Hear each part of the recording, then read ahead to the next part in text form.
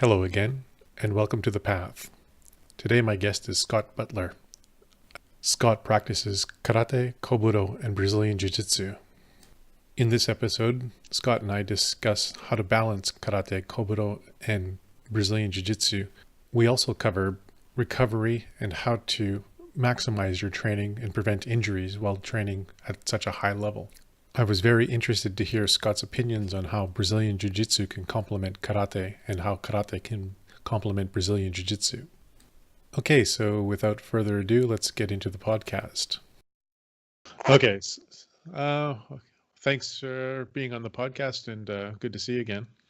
Absolute pleasure, mate. For people who don't know who you are, could you maybe give us a little background, your name and what you do? Sure. So my name's Scott Butler.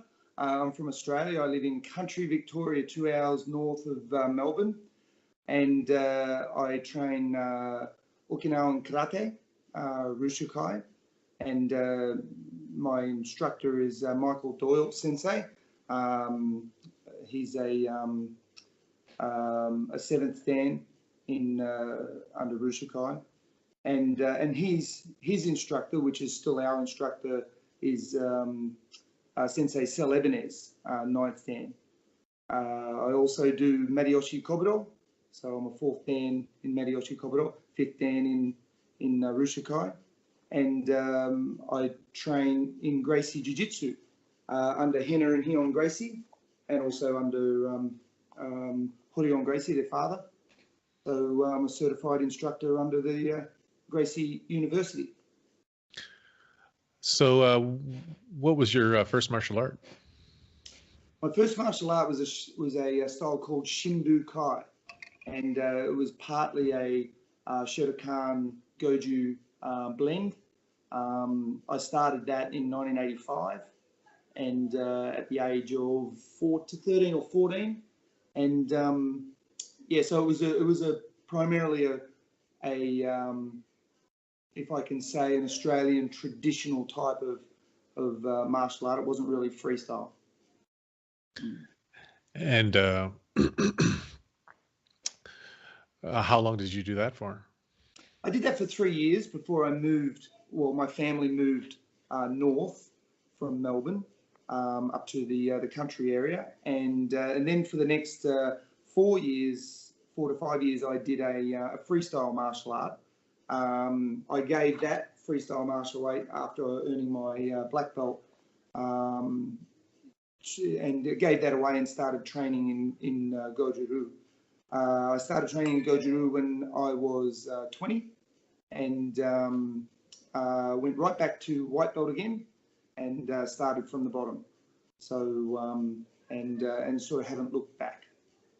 So those two early systems that you did, what was the focus, and what did you think of them back then? There wasn't a lot of clarity in the instruction. There wasn't a lot of understanding on what was being taught. I'll elaborate on that. The understanding of the kata and the inner final workings of the kata were non-existent. And to me, I've always been one to ask why. And I feel that I've never wanted to get things easy, and I felt like I was getting my belts fairly easy in those styles. So I needed to get something that was a little bit more challenging, and so therefore I changed to goju-ryu Australia. Back then, the goju-ryu Australia, was it more like a Japanese version of the goju-ryu, or? It was, yeah. Back then, it was primarily Yamaguchi-based goju-ryu, and we didn't change across to Rushikai until I think we got accepted in 2002. So up until that point, it was still primarily a Japanese-based Yamaguchi Goju Kai type of goju. So you start the at Mick Sensei's dojo in when you were 20? So I started at Sensei Mick's dojo in 92, 1992. But a year prior to that, I started in Shepparton in the goju under Sal Ebenez Sensei in Shepparton for 12 months, and then transitioned to go start training under Sensei Mick. Basically because I enjoyed the way that Sensei Mick thought. I enjoyed the way that he broke things down. He had a lot of practical experience, having been, he was a working policeman at that stage, and now he's a retired policeman. I think he was 41 or 42 years in the police force. He was also a self-defense instructor. So those types of qualities attracted me because I wanted to keep it real. Oh, I didn't know that. So you did Japanese goju for how many years before you switched to the Rushokai? So that would have been, I think it was 10 years. No, 11 years. Sorry, 11 years before we changed to Rushokai. Yeah, fully. But there was a transitional period. So I think from 97, 98 through to about 2002, it was starting to just change a little bit. It was starting to, there was the inner workings of, or the basic foundation of Rushokai was starting to transcend. But by the time we got to 2002, we had a very good understanding, and now it was just the fine tunings that we had to, and continue to work on the fine tunings. In your opinion, what was the differences between the Japanese version of goju-ryu and the Okinawan version of it? In my opinion, I found the movement in Rushokai or the Okinawan goju-ryu more adaptable to my body. What I meant by that is that the Japanese seem to have a very much an aspect of do where everything has to be perfect and nothing can be out of line, and so the finer details are adjusted continuously. And I think, to me, it's more putting form above function. Whereas when we transitioned to the Rushokai system, it was more about that works for your body. If the application is right, then the kata is right. And I like that. That meant that I could be myself. That meant that I could focus more on the power generation that I could derive in my strikes and my hip movement without worrying about whether it looked good for a judge. So there was more of an emphasis on competition, yes, and being ready for competition. Okay. Generally, yeah, generally, and I found with the Rushokai that the applications seem to be more along the lines of we're not focused on winning, we're focused on not losing, and the best way of not losing is not being there. So the applications are set once the connection of the individual has been obtained, and finish the fight, one punch, it's over, and then get out of there as quick as you possibly can. I think that once there's blows traded back and forth, then you're into a confrontation, you're into a fight. And once you're into a fight, then you run the risk of losing, because now you're focusing on trying to win that fight. And to me, that's what I've taken out of Rushokai. One hit, one kill, it's over. Get out of there, go home safe. And then when did you start doing kobudo, and what kind of kobudo do you do? I do Mariyoshi kobudo. under Takeshiro Gadget Sensei in Okinawa. And I started kobudo in 1997. And I had to think there for a moment. I really didn't start focusing on kobudo until about 2003 in that area. And then it's been a very large part of my life, but it doesn't occupy the majority of my training. Having trained or training in karate, in Gracie Jiu-Jitsu and kobudo is number 3 in my training routine or training time, if I put it that way. And what was the reason why you picked up kobudo? Basically, I think to do a martial art, the word in martial implies combat, and to understand combat, you've got to understand to some extent weaponry. And in my opinion, so I wanted to understand the extension of my limbs being the weapon.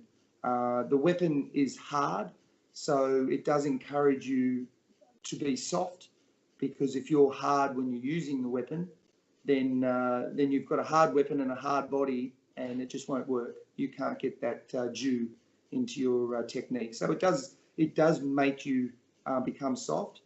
There's a lot of benefits that you get out of a weapon with the extension of the arm than what you can get just with your limbs and hands. So it does make you a little bit more alert and more aware, having a bow thrown around your head, because we do spar with rattan bows as well. The types of weapons that we use is tunkwa. We use nunchaku. We use sai, kama. I use kama, eku, and bow, of course.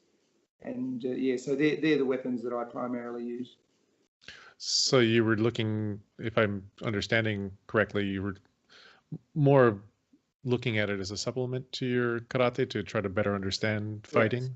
Yes, okay. Yes, it is. Yeah, it's more of a supplement to my to getting that full package, because I also do a little bit of knife fighting and knife defense, and also gun defense as well. So you block handgun and shotgun. I've only got a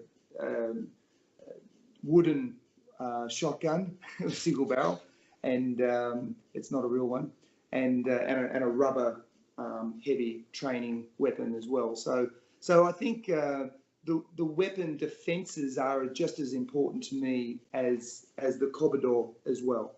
I enjoy the historical significance of the Mariyoshi style, but I still believe that the Mariyoshi family, especially Shinpo Mariyoshi and his father Shinko Mariyoshi, they were still developing their style. So they were still experimenting from, weapons from, as Shinko Mariyoshi got weapons from Mongolia and China and brought them back. And so they were always evolving their art anyway. So I think that as a martial artist, we've got to continually be refining and revolving ourselves in the direction that you believe that you should be taking, but also not to the extent where you're robbing time away from the important parts of life, such as your family and your work as well. So it all has to be put into perspective and balanced. So you went directly into Okinawan kobudo, or was there like another kind of kobudo you did? No, directly into Mariyoshi kobudo. I hadn't done any other kobudo prior at all. So my knowledge base of any other kobudo is very limited. I've seen other kobudo styles at demonstrations and read books and like everybody else seen YouTube, but as far as experimenting in them, I've got no other knowledge. So let's move into your Brazilian Jiu-Jitsu When did you start that? I started Brazilian Jiu-Jitsu in 2009, and so I was relatively old. I started it kind of later in life because I'm 47 now. So I started obviously, what's that? So that's 38 when I started Brazilian Jiu-Jitsu. 30, so 2009, yeah. So was it 10 years ago? So 37. And what was the reason why you started it? Well, a long-winded reason, but I'll try and make it as short as possible. I was fascinated with applications in Okinawan karate to the extent where I broke down in great detail all of the 10 kata minus Tensho and Sanshin, of course, but and including Gigisai, Ich, and Ni. I broke them down into the various levels of understanding each one of the kata. I wrote notes on each one of the applications. I videoed each one of the applications, and I still to this day practice my, it's a very important part of my training, my bunkai, my application. And, but the biggest thing is I struggle to find training partners. I spent years going around to other martial artists in the town and outside of this area, going to their dojo, training with them, even to the extent of choosing or getting some of their fighters in the MMA schools and also the kickboxing schools, and requesting if I could spar with them. So I'd spar with them to try and see if I could just do that little bit of extra combative training. And then build a relationship with the instructor so that we after class could start working on applications together, which I did with various schools, and I tried within our club to get regular training partners to train applications with, but I just kept on. It was very hard to keep the consistency with those training partners. I had a friend who did Brazilian Jiu-Jitsu, and he invited me to come down and train. And once I got to the ground, I had nothing. I didn't even know really what to do. Standing up was fine, but once I got to the ground, I didn't really know what to do. So I thought I need to be a little bit more complete. I need to understand in a sort of a gross motor skill way of how to control somebody and how to get out of those tight positions when I'm on the ground. So I could get back to my feet and I could get away, or I could get back and get back into the fight and then look for opportunities to escape. That's my mindset. As I delved further into Brazilian Jiu-Jitsu, I found that the training partners were popping up quite readily. There was an abundance of training partners to find.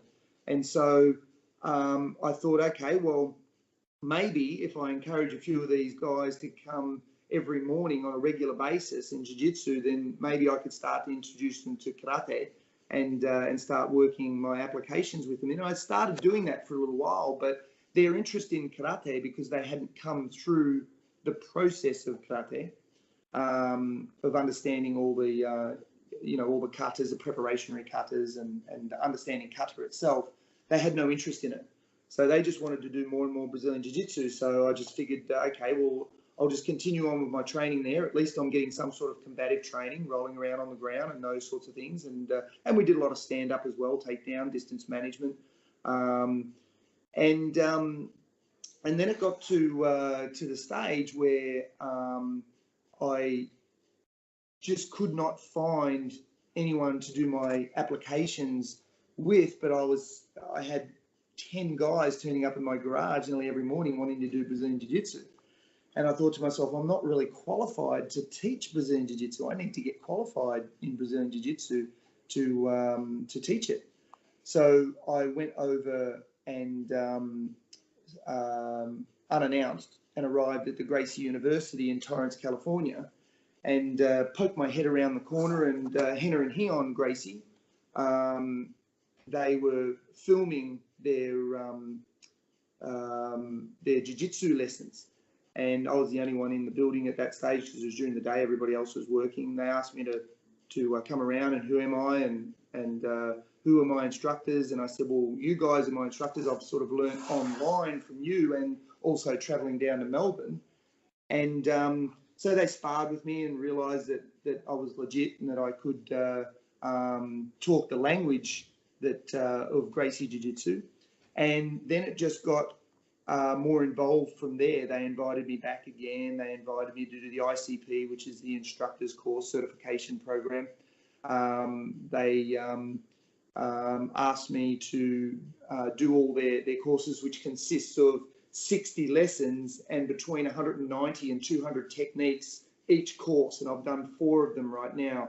And I was like the 2nd or 3rd person in the world to complete those courses now. There's still only a handful of people that have completed what they call BBS4. So I delved into it into a very high level, but I don't think I would have been able to do that if it wasn't for my karate background and my discipline of trying to understand the inner workings of kata. That discipline, you almost have to be almost fanatical about it, drove me to train up to 5 hours every day to understand the inner workings of Gracie Jiu-Jitsu. So you basically trying to research how to apply and use these martial arts that you've been learning. Is that what you're trying to achieve? Yeah, understanding body mechanics, understanding principles, such as structural integrity, such as the inner workings of a minor axis and a major axis, understanding power generation, the wave energy from the body that's being produced, convergence to make sure that I've got a stronger punch and I've got the structural integrity behind that punch. But then in a jiu-jitsu sense, then I wanted to understanding more about the Ju side of things, to relax so that I could feel my opponent. And but then when we got in a combative situation where the gloves were on and the mouth guards were on, then understanding distance management and understanding how to bridge that distance, execute the takedown, achieve the dominant position and finish the fight and go home safe. So it's a switch, and understanding which switch applies to each combative situation, it helps you become a more rounded martial artist, so that you can control yourself in situations that get a little tough, both verbally and physically, because the verbally, not understanding the verbal side of things leads you to the physical side of things. So yeah, getting back to your question, it is to understand in a combative sense.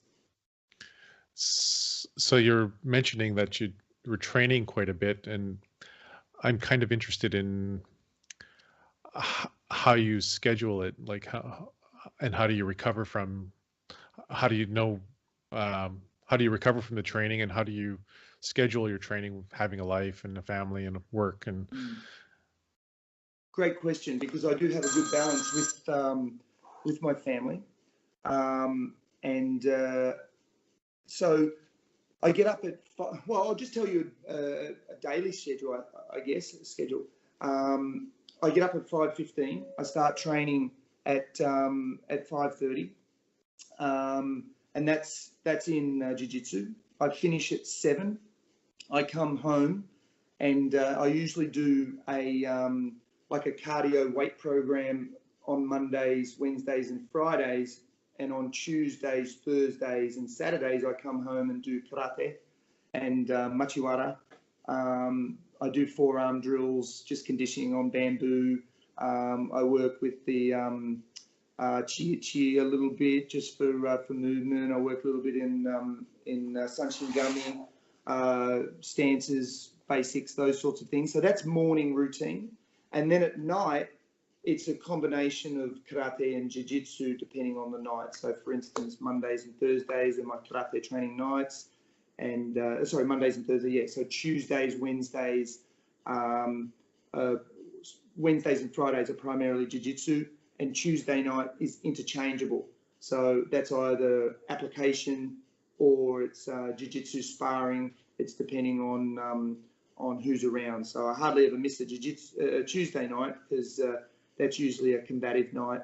And yeah, so then Sunday morning is kobudo. Saturday, during the rest of the day, other than the morning, is generally my rest. And people say, okay, well, you need a full day to rest. I get that. But every 6 to 8 weeks, I might take off 4 days, 5 days and do nothing other than just a little bit of flexibility, a little bit of yoga, and just try and unwind. And I'll do some, some passive recovery techniques as well. So my KPIs are generally around about 18 to 20, sometimes 22 hours a week of training. And how much do you sleep at night? Do you sleep well, or? Yeah, so I try and get about 7 hours. I know research is sort of saying around 8, but I generally get around 7 hours. So I go to bed at 10, and I try and do everything that I possibly can by having a shower before I go to bed, by not looking at any blue light prior to going to bed, which is iPads, iPhones, those sorts of things, at least 2 hours prior, and maybe doing a little bit of reading, and yeah, those sorts of things. So I try not to eat too late, and so that my enzymes are not working overtime and affecting my sleep. So yeah, sleep is a very important. But I don't get it right 100% of the time, but always trying. I try and have at least 3 to 4 litres of water a day. I don't drink any soft drink. So diet is a very important thing to me. But every so often you let your hair down and you have a piece of cake, at a birthday party or whatever the case may be. But we're all human. So you have quite good sleep hygiene, and you mentioned diet a little bit. Is there any particular way you like to eat? Yeah, there is. So I can go through the routine again, I guess, but it's a little bit boring. But on Mondays, Wednesdays, and Fridays after my workout, after training, I generally will have a protein diet, eggs, and I sort of stay clear of any sort of bacon or those sorts of things. But I have an egg-based an avocado on the Mondays, Wednesdays, Fridays. On Tuesdays, Thursdays and Saturday mornings, I generally have bowls of acai, and which is like a Brazilian berry, and granola, and coconut and cacao, all those sorts of things, and pumpkin seeds. So those are. I try and have salads, and whether it be a chicken or a fish salad at lunch. And then at night, I'll generally try and eat what the family eats, but my wife's a very good cook, so she generally cooks healthy foods overnight. And I try and not have too much pasta before going to bed. I just find that carbohydrates affects my sleep. So, yeah. It's every so often I might do a paleo diet with some eggs, and look along there if I'm trying to just shed 1 or 2 kilos. But generally, I just try and eat healthy. And you're fairly good at moderating your intake? Like if you're feeling tired, do you eat more, or do you eat less if you're energetic? Or yeah, great question. I've read a fair bit about that, but I don't. I generally, if I'm tired, I have a lot more liquid food, so I'll have a lot more shakes and blends and those types of things to try and just get more into my system. Yeah, that's sort of about it. I don't really regulate it. I'm not that fanatical. That's one of the things I'm quite interested in. When you start training as much as you do, how do you recover from all that training? Which I find kind of interesting. I think the main thing is your mind, and keeping your mind strong. And as I said, every 6 to 8 weeks, having that 4 days or 5 days off, because we like to go away up into the hills and things like that, and I'll just completely chill and let those muscles and ligaments sort of repair themselves and relax, and do a fair bit of flexibility in those times. That's a very, very good recovery for me. If I just continually trained for 6 months and didn't really take a lot of time off and didn't recover, I'd always be working at 70, 80% and never really getting, 100% out of my training. So, but also doing 3 disciplines, karate, jiu-jitsu, and kobudo, it's hard to not train every day, and it's hard to because there's just so many things involved in each discipline. So to keep at a high level with each discipline, you've got to put in the hours. And because I've also got a full-time career, a job as well. I own a real estate business with 14 employees, and we've just bought our own building, so I've got to pay it off.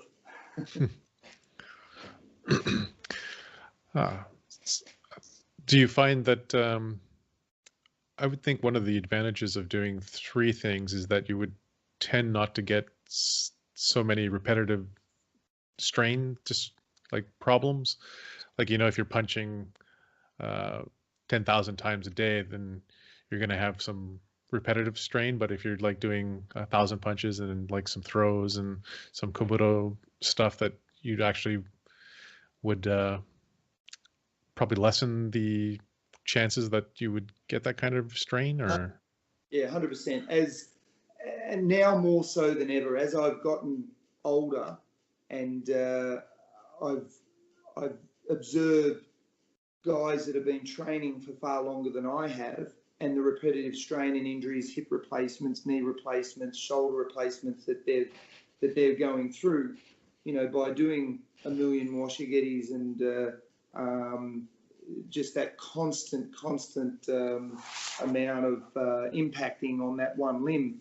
So I've observed that, but on saying that, my body has an injury, which is what's called in my lower back, which I've got a grade 3 spondylolisthesis. It's a spondio curvature bulge disc. And so therefore, I've had a lot of inflammation around that bulge disc. So I had to come up with ways of being able to train, but and manage that injury. And so as I've read a lot about inflammation, I read a lot about flexibility and how to, I guess, elongate that disc in my back to encourage fluid to get back in there and massage. I evolved my way of thinking that, hey, I shouldn't be doing 10,000 kicks or 10,000 punches going into my age. So that injury led me into that mindset as well, and that's a bit of a blessing in disguise, really, because with my personality of wanting to train a lot, I could have been a candidate for having a hip replacement by now or a knee replacement, but my knees are fine, my hip's fine. I've only just got a lower back problem. So I managed that through a process of I've got this inverter machine, which is I've rigged up a bit of a harness for it here that I put around my hips, and so when I invert on it, it puts all it takes the pressure on my hips and lets my spine elongate. So then after that, I'll generally have this. I've got this massage tool called a equine thumper. So it's a horse massage tool, but it's good for athletes. And my wife will break down the muscle tissue around my back rectus there, the muscles either side. And so by doing the yoga, by doing the inverting and also the regular massage, and looking after my diet, so to make sure that I don't have a lot of foods that are affecting inflammation, such as a lot of sugar, then I've managed to train around that injury. Now, my doctor said I was a potential candidate for the pension, And he's been saying that he can't believe that I'm still training the way I'm training, and my back has just obviously just evolved in such a way where it's nature's found a way, or the back's found a way to just keep working around it. So haven't made any excuses for my back. When did you start looking at your diet as a way to help your training? Well, when I started getting really chronic back pain, and that would have been, I first had my spondio when I was 16, after I was playing Australian rules football, and that's when I damaged it. And I would have started looking at diet about 12 years ago, when I started getting excessive chronic pain in my back. So I started to look at what are the things that I can do to reduce this. And the more that I read and the more that I delved into it, the more I started to learn, like anything in life. And the more I started to get relief, because I went to 3 back surgeons and 1 hip specialist, and they all said lighten your load or surgery. Now, I didn't really want to have surgery because the chances of them getting it wrong, I didn't want to play those odds. And I didn't really want to lighten my load, because I thought, if I'm going to do karate, I want to do karate. I don't want to just dip my toe in the water. I want to get in. So I needed to change the way that I train and the way that I recover. Well, let's switch gears a bit, and let's talk a bit more about some. What do you think the problems with the way modern karate is taught, that you think are kind of problems that maybe people could fix if they were thinking about it? That's a really good question, because it really comes back down to the individual. I think the instructor has a very tough job looking at the class and the individual students and teaching to the lowest common denominator. And in an ideal world, karate, if it was taught to an individual student, that would be perfect, because then you could tailor the program to that individual student. But teaching a class of 10, 15, 20 or more students, and teaching to the lowest common denominator, becomes a very difficult task. So then the advanced student is not getting what they want, and the lower end student seems to be getting more of what they want. So you're getting this constant battle of people dropping off because they're losing interest and those sorts of things. But so if we broke it down into those 2 categories, if we broke it down into an individual student and teaching that individual student, or a group class. So let's talk about the individual student. How would I approach, or how do I think that karate should be changed to teach that individual student?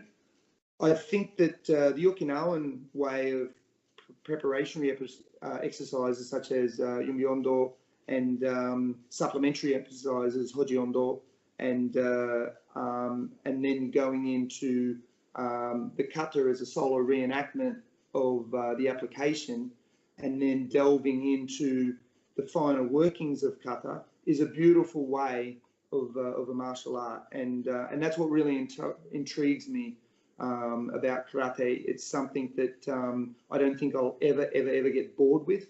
I think some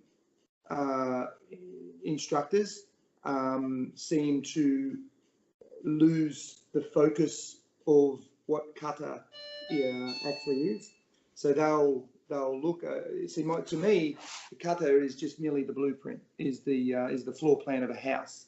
And so if you never really do application or bunkai, then you're never really going to have a structure. You always just have the blueprint or the floor plan, and that to me is not good enough. Some people are happy with that, and but not for me.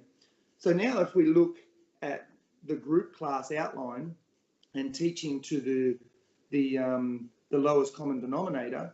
I think that if you've got enough students, then the classes need to be set up based on where those students are at. And as an example, in our style, in karate, yellow belts, green belts, brown belts, black belts, if you had enough students, you would break them down into those categories. The classes would be tailored around their belt and taught at that level, so that once they progress through that level, they're into the next level.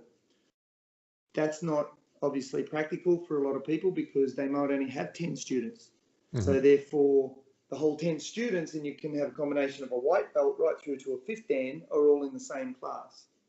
Maybe we need to look at, maybe that person needs to look at more private lessons then, and take the fifth dan aside or the white belt aside and do more private one-on-ones with those individuals instead of teaching to the lowest common denominator on every class.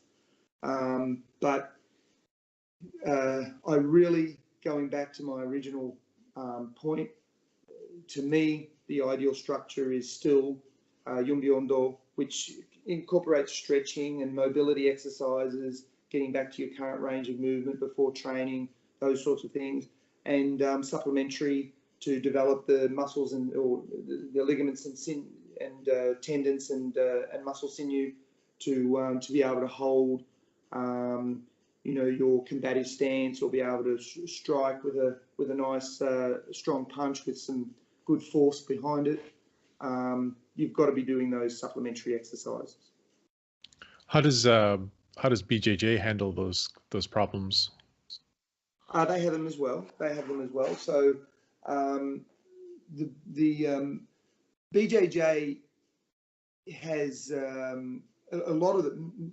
If we say 95% of the schools have the same problem, where they'll have a new student that comes into the class.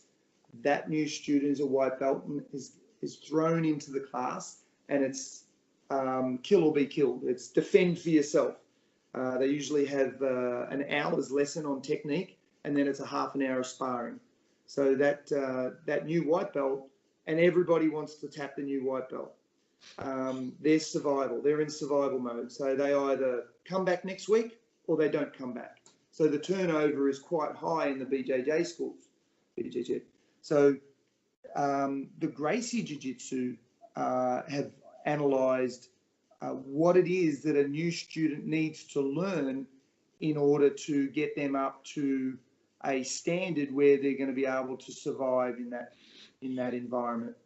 They developed what's called the Combatives program. And in the Combatives program, they have a certain amount of techniques. And in the Gracie Jiu-Jitsu University, they have 36 techniques with all their variations. And they're designed in 23 one-hour classes. So the new student who walks in the door, once they get an introduction of what Jiu-Jitsu is all about, they're in that Combatives beginner program, learning everything there is to know about basic self-defense in Gracie Jiu-Jitsu. Once they graduate through that process, they get what's called a Combatives belt. Then they can go into the master cycle where they start layering in the information and in great detail. So the student is sort of getting more what they want instead of just thrown to the pack of wolves. So they don't do any free rolling until they finish the combatives course? Correct. Yeah, there's okay. They do a fight sim or a reflex development drills, so they're fight simulated. And but once they've got to their fourth stripe on their white belt, then they do put the gloves and mouth guards in and do a fight simulation sparring. But it's once again, it's kind of the indicators, they know the indicators so well that they're just reacting to the indicators. It's not a freestyle sparring situation where there's the potential to get hurt. Once they get into the master cycle, that's when they start doing that freestyle sparring, and that's broken down into two areas as well. So you've got your gi and no gi, and then within the no gi, there's sparring with gloves and mouth guard, and more of a combative outlook. And generally with the gi, it's sort of sparring, not for points, but it's in a controlled environment. So you might be in a guard where, in a combative sense, you're going to get hit, but in the sparring sense, then you're just trying to get into a better position to sweep or submit or improve your position. I left when I left Canada, Brazilian Jiu-Jitsu hadn't really taken off to the point where I could learn anything about it. But so I'm really ignorant about what goes on in the training and stuff, even though many of my friends do it. But I've never had the opportunity to do any of it myself. So how big are the classes? Like how big would a typical Brazilian Jiu-Jitsu class be with like an instructor? Oh, that would range. That depends on the school. So the school that I run, in the combatives class, we'll have anywhere between 8 and 16 people.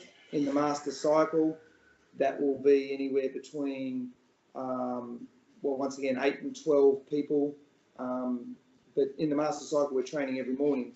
In the combatives class, it's 3 combative classes a week. But we're only a small country town in Shepparton.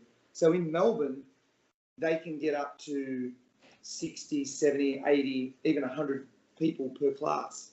So the classes are quite large for some of the talented instructors down there. So I guess that when the classes get that large, they probably have to rely on a lot of like senior students helping with the instruction, or? Correct. Yeah. So in the Gracie University situation, they have a lot of assistant instructors going around and giving feedback to the students and critical, we call them error correction strategies. So we're correcting all their mistakes and helping them out and giving them feedback. But in other schools in Melbourne, or the other BJJ schools that I'm not really familiar with, I'm not quite sure of how they handle a group class that large. From what I've observed, the instructor teaches the lesson and might have 80 students or so surrounding him or her, and then the group is released and off they go and just practice with their partners, and if they've got a problem, they put their hand up. But the Gracies are very fanatical about getting the detail into as many students as they possibly can, so they have a lot of assistant instructors walking around helping out. I'm sure it's the same in the BJJ world as it is in the karate world, but are there more? Some schools are sort of focused on competition, and other schools are more focused on like street fighting, kind of practical sort of stuff, or is it just is it not as like in karate? It's quite a bit different between each school, what they focus on. How is it in the BJJ world? Majority of the BJJ schools are focused on sport. They're focused on points. They're focused on competitions, Pan Pacs, nationals, Abu Dhabi, all those sorts of things. Generally the Gracie schools, and I'm talking from Gracie University in Torrance, California, they're not focused on sport. They're not focused on points. It's the furthest thing from their mind. They're focused on defense and self-defense. So each class is broken down into that aspect.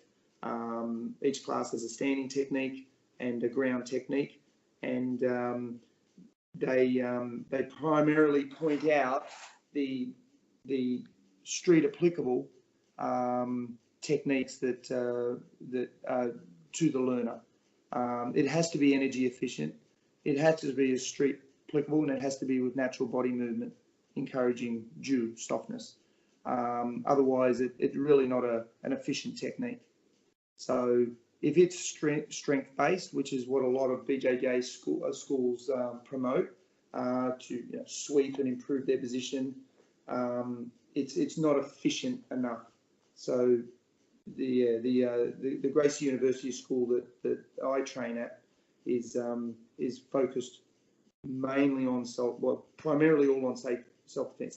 There's a couple of classes there where they'll bring in the inner workings of a spider guard or a butterfly guard, and that's merely just so that the learner understands what it is. If they get into a situation with another BJJ practitioner and that's done to them, they understand what it is. So this is jumping around a little bit, but you'd mentioned in passing that you also do cardio and weight sessions sometimes during the week. Yeah. So I've had some personal training on, for a number of years actually, on how to, for posture purposes, how to do weights, how to maximize my workout, how to use natural body movement when I'm doing my strength routines. So my routine consists of all the body. I do the back, the chest, the arms, the legs, obviously a lot of the back and core because of my back injury. And that's around about 25 minutes on a Monday, Wednesday and Friday morning, straight after I finish jiu-jitsu.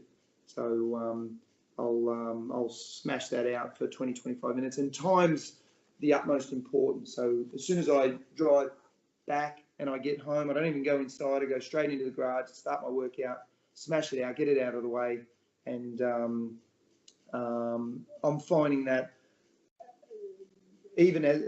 especially as I get older, an absolute must to my training, because I'm always getting the young guys trying to tap me, and they always want to try and tap the instructor.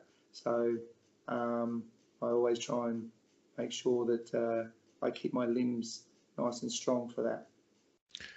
Do you think that how important do you think weight training is for?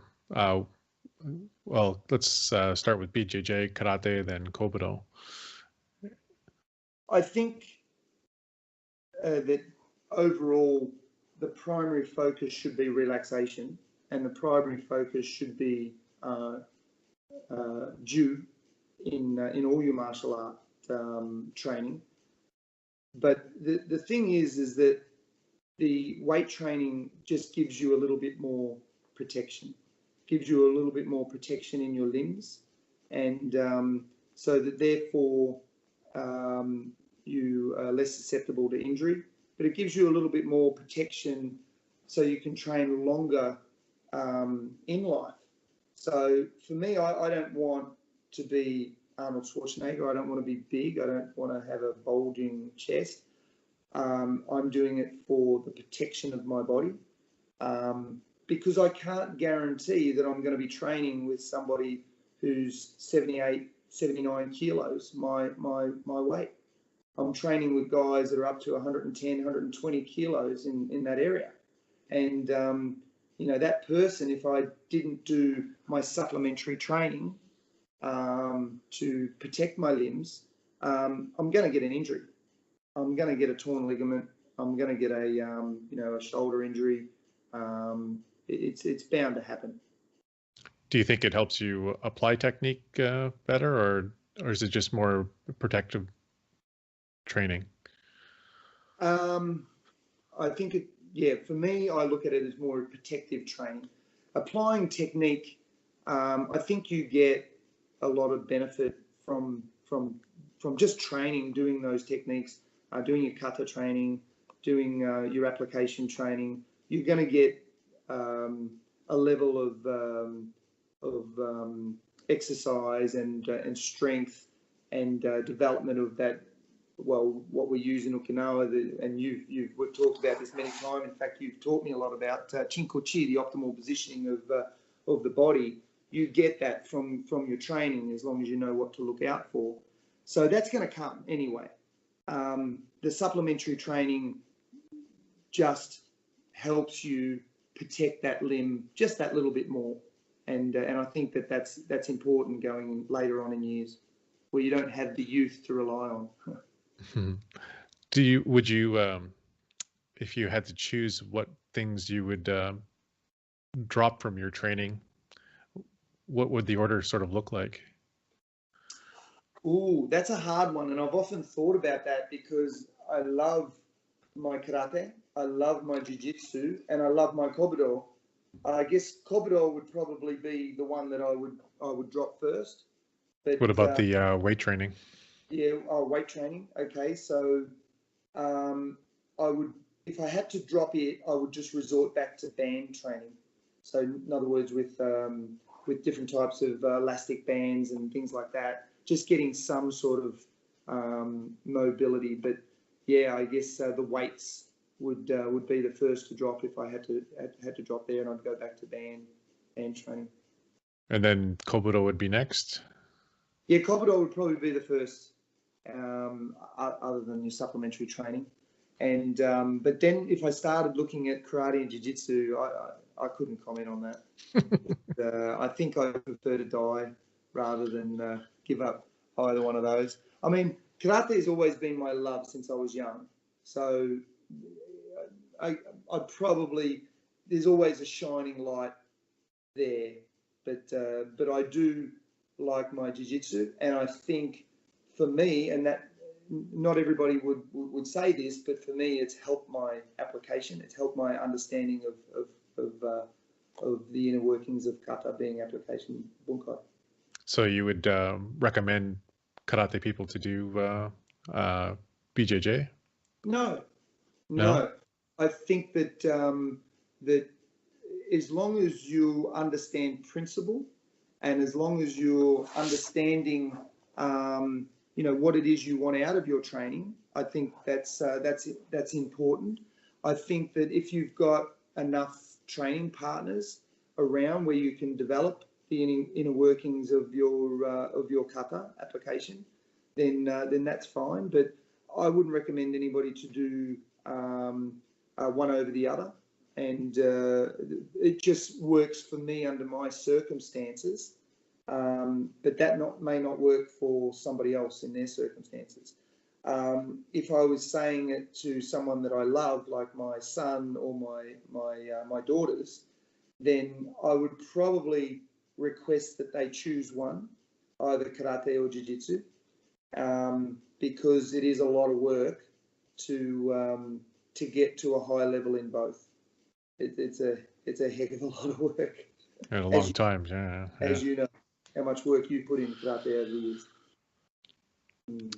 So we're coming up on an hour. Is there anything you'd like to talk about, or? Not really. I guess we've talked a lot about things. I guess I have a bit of a business approach to my training as well, being that I always say that you've got to have this willingness to change and a willingness to learn, and you need to choose your attitude each day. I think if you go to training with a sour face or a bad attitude, then you're going to train with bad attitude. So I think that you need to. I read a book called The Fish Book. It's about a fish market in Seattle.